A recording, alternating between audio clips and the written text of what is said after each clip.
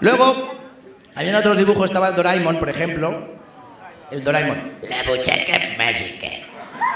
El Doraemon, un gato sin orejas. Que digo yo, ¿cómo cojones escuchaba Novita? No lo sé, ¿no? Era azul, el típico gato azul. ¿Vale? Y, claro, el tío, pues, venía del futuro, del pasado, bueno, venía del futuro, no, yo qué sé, ya te hacía un lío.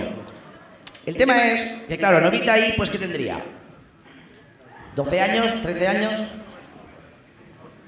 Los años pasan, ya me imagino, con 20 y pico, después de fiesta. Novita,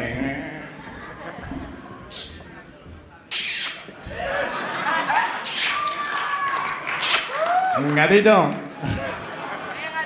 Gatito. Mira, tío, gatito. Mira que he perdido 20 gramos. ¿Puedo ir al pasado un momento? ¿Saben que...?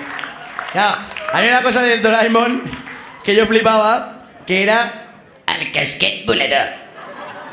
Una mierda así pequeñita que tú te lo ponías en la cabeza y volabas. Vale. El Doraemon con el cabezón dices, bueno, es pequeñito, vale. El Novita, vale. La Shizuka, vale. Pero el Jagan, el gordo ese de mierda, se lo ponía ahí. ¡Aspaneuma! Sí. Era muy friki, tío.